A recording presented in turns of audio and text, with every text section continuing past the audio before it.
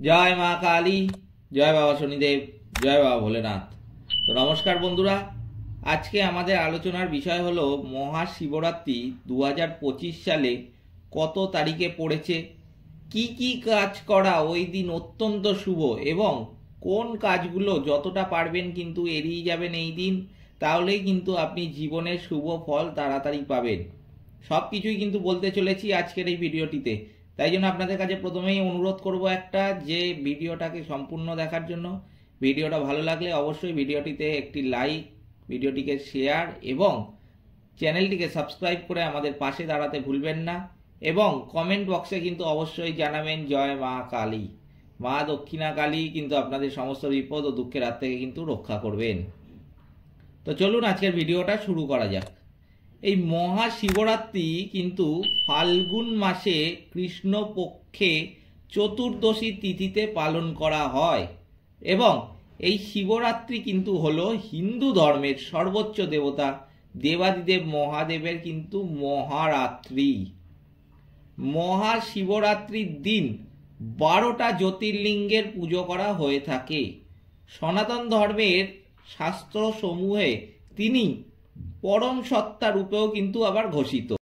শিব সৃষ্টি, স্থিতি, প্রলয় রূপ, এই তিন কারণের কিন্তু কারণ। তিনি সমসাময়িক হিন্দু ধর্মের তিনটি সর্বাধিক প্রাচীন সম্প্রদায়ের অন্যতম শৈব সম্প্রদায়ের কিন্তু আবার প্রধান দেবতা। এছাড়া শিব স্মার্ত সম্প্রদায় পূজিত ঈশ্বরের 5টি প্রধান রূপের কিন্তু আবার একটি রূপ। এই রূপগুলো হলো গণেশ, শিব, সূর্য, বিষ্ণু ও দুর্গা। সর্বোচ্চ স্তরে শিবকে অপরিবর্তনশীল পরম ব্রহ্ম মনে করা হয়, আর এই মহাদেবের আরাধনার সর্বশ্রেষ্ঠ দিনই কিন্তু হলো মহাশিবরাত্রি। বিশ্বাস করা হয় এদিন ভক্তি মনে পুজো করলে শিব ভক্তদের সমস্ত মনোবাঞ্ছা পূরণ করেন। হিন্দু ধর্মে শিব চতুর্দশীর মাহাত্ম্য কিন্তু আবার অনেক। পুণ্যার্থীরা শিবের জন্য ব্রত পালন করেন। যজ্ঞের মধ্যে যেমন অশ্বমেধ যজ্ঞ, তীর্থের মধ্যে যেমন গঙ্গা, তেমন পুরাণ অনুযায়ী ব্রতের মধ্যে কিন্তু শ্রেষ্ঠ হলো শিব চতুর্দশীর ব্রত।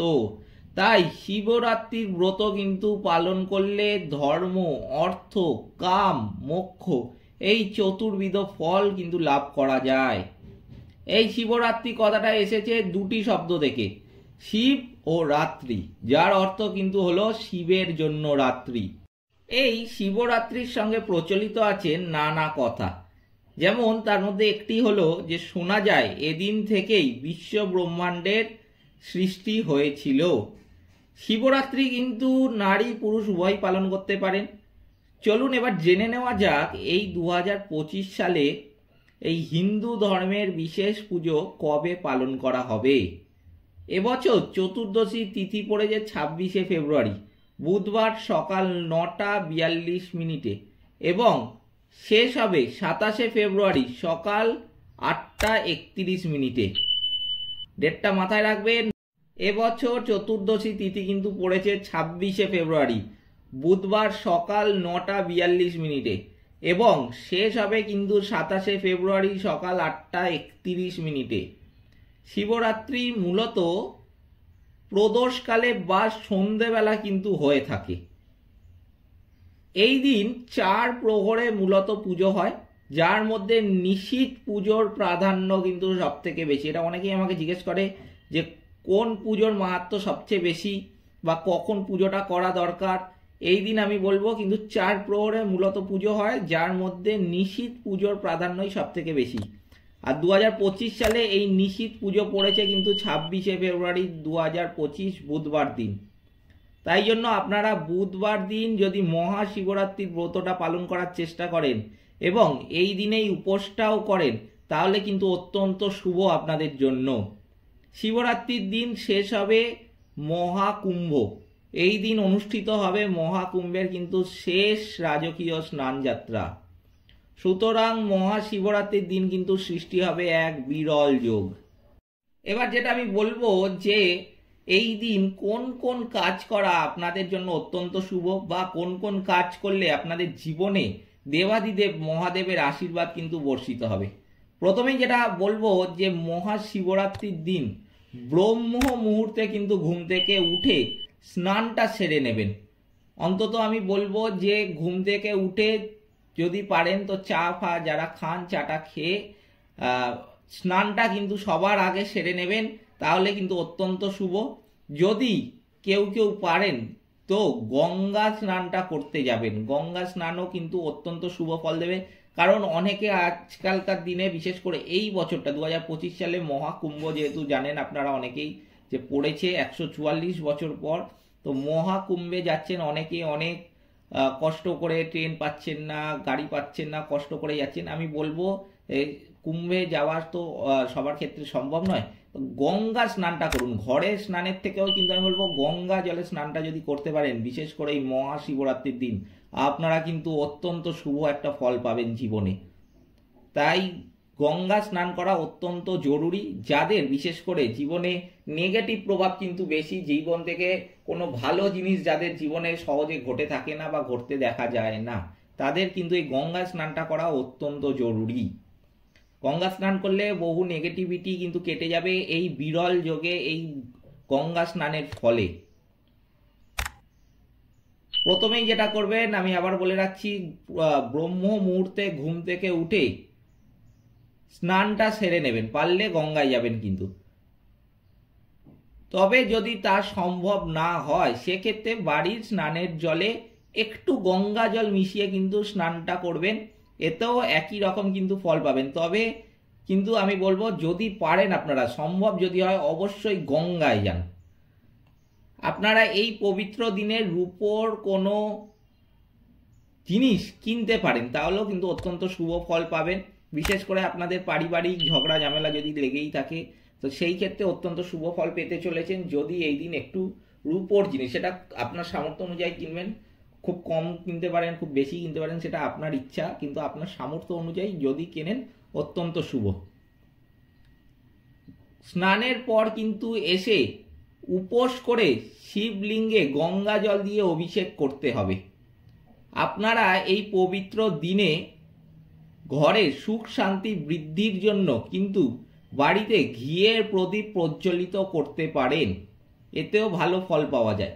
পিতৃপুরুষের উদ্দেশ্যে এই দিন সামর্থ্য মতো গরিব দুস্থদের কিছু দান করবেন।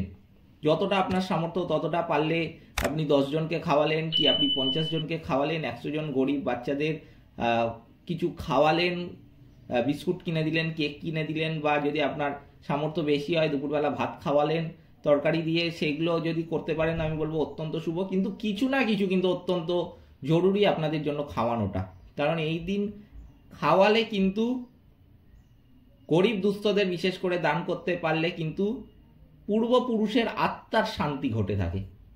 পশু পাখিদের কিছু খাওয়ালে ভালো ফল পাওয়া যায়, বিশেষ করে শনি বাবার আশীর্বাদ পাওয়া যায়। যদি এই শুভক্ষণে আপনারা কোনো পশু পাখিকে খাবার খাওয়ান তাহলে কিন্তু অবশ্যই শনিদেবের আশীর্বাদ পাবেন। আর শনিদেবের নেগেটিভিটি যদি জীবনে বেশি থাকে তাহলে কিন্তু অত্যন্ত জরুরি আপনাদের জন্য এই দিন কিছু খাওয়ানো। মহাশিবরাত্রির দিন এই পুণ্যক্ষণে আপনারা অবশ্যই শিবলিঙ্গে বিল্লপত্র বা বেলপাতা কিন্তু নিবেদন করবেন এবং ওম নমঃ শিবায় এই মন্ত্রটা জপ করবেন। তবে খেয়াল রাখবেন এখানে বেলপাতাগুলো যেন পরিষ্কার ও নিখুঁত হয়, কোনো প্রকার দাগ বা ছেঁড়া ফাটা থাকলে কিন্তু এখানে চলবে না। একদম যেন নিখুঁত হয় বেলপাতাগুলো, তবেই কিন্তু শিবলিঙ্গে সেই বেলপাতাগুলোকে নিবেদন করবেন। জীবনের সকল সমস্যা থেকে মুক্তি পেতে এই সব কাজগুলো কিন্তু অবশ্যই করুন, এতে কিন্তু মহাদেব অত্যন্ত খুশি হবেন এবং আপনার উপর তার আশীর্বাদ বর্ষিত হবে। তো এই ছিল কি কি করবেন এই দিন। এরপর আমি বলি যে কি কি কাজ করা এই দিন একদমই উচিত নয়, তাহলে কিন্তু জীবন থেকে নেগেটিভিটি কোনোদিনই আপনাদের কাটবে না। তো প্রথমে যেটা বলবো এই দিন যেটা করবেন না সেটা হলো যে এই বিশেষ দিনে চুল নখ দাড়ি একেবারেই কিন্তু কাটতে যাবেন না, এতে ভগবান রুষ্ট হন। এই দিন আমিষ খাওয়াও কিন্তু একদমই উচিত নয়। যতটা পারবেন তারা যদি ঘরে থাকেন তো ঘরে তো মানবেনই, যদি বাইরে থাকেন বাইরে ভাববেন অনেকে যে বাইরে কোথা থেকে নিরামিষ পাবো, তাই জন্য আমিষটাই খেয়ে নিই, তাহলে কিন্তু আমি বলবো কোনো লাভের লাভ হবে না। অবশ্যই ঘরে বাইরে যেখানেই থাকুন সারা দিন ওই দিন কিন্তু অবশ্যই নিরামিষটা খাবেন। এই দিন ধূমপান বা নেশা দ্রব্য গ্রহণ করাও কিন্তু একদমই উচিত নয়। ধূমপান বা নেশা জাতীয় দ্রব্য যদি আপনারা যারা যারা আছেন সেবন করেন, আমি বলবো এই দিন কিন্তু অন্তত পারলে একটু বিরত থাকুন এর থেকে। এই দিন করলে ভগবান কিন্তু রুষ্ট হন। ব্রহ্ম মুহূর্তে উঠতে না পারলেও কিন্তু তাড়াতাড়ি ঘুম থেকে উঠবেন যতটা পারবেন।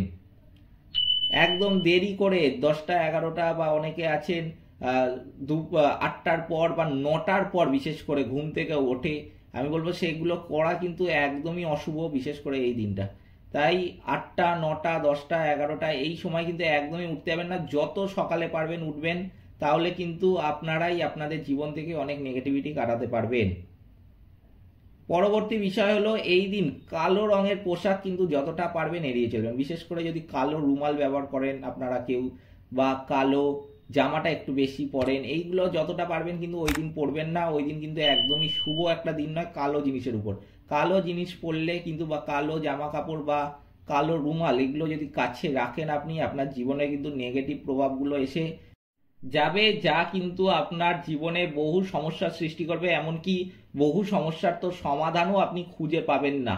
তাই জন্য আমি বলবো অবশ্যই কিন্তু এই দিন কালো জামাটা পারলে যতটা পারবেন এড়িয়ে চলবেন। কালো জামা, কালো জুতো বা কালো আপনার রুমাল সবকিছুই কিন্তু যতটা পারবেন এড়িয়ে চলবেন। এই ছিল আজকের ভিডিওটিতে। ভিডিওটা ভালো লাগলে কিন্তু ভিডিওটিতে অবশ্যই লাইক, শেয়ার এবং চ্যানেলটিকে সাবস্ক্রাইব করে আমাদের পাশে দাঁড়াতে ভুলবেন না। আর যেই যেই কাজগুলো বললাম একদমই করতে যাবেন না, এতে কিন্তু আপনাদেরই অমঙ্গল হবে। তাই নিজেদের জীবন যতটা পারবেন নিজেরা ভালো মতো সফলভাবে যদি এগিয়ে নিয়ে যেতে চান অবশ্যই এগুলো মেনে চলুন, তাতে কিন্তু আপনাদেরই লাভ। আপনাদের আগের থেকে জানিয়ে রাখার এইটার একটাই কারণ যে আপনারা যদি আগের থেকে জেনে যান যে কি কি করবেন কি কি করবেন না, তাহলে কিন্তু অনেক সমস্যার সমাধান করা আপনাদের কাছে অত্যন্ত সহজ হয়ে ওঠে। তাই জন্যই এগুলো আপনাকে জানানো, যতটা দরকার যতটা সংক্ষেপে বলা আমি কিন্তু বললাম, যতটা সহজভাবে আপনারা বুঝতে পারেন ততটাই সহজভাবে বুঝিয়েছি। আমি মনে করি এতে আপনারা অত্যন্ত লাভবান হবেন এই দিনটা বিশেষ করে। এবং কোনো যদি অসুবিধা থেকে থাকে তো অবশ্যই আমাকে কমেন্ট বক্সে কমেন্ট করবেন। সকলে ভালো থাকবেন, সুস্থ থাকবেন, নমস্কার।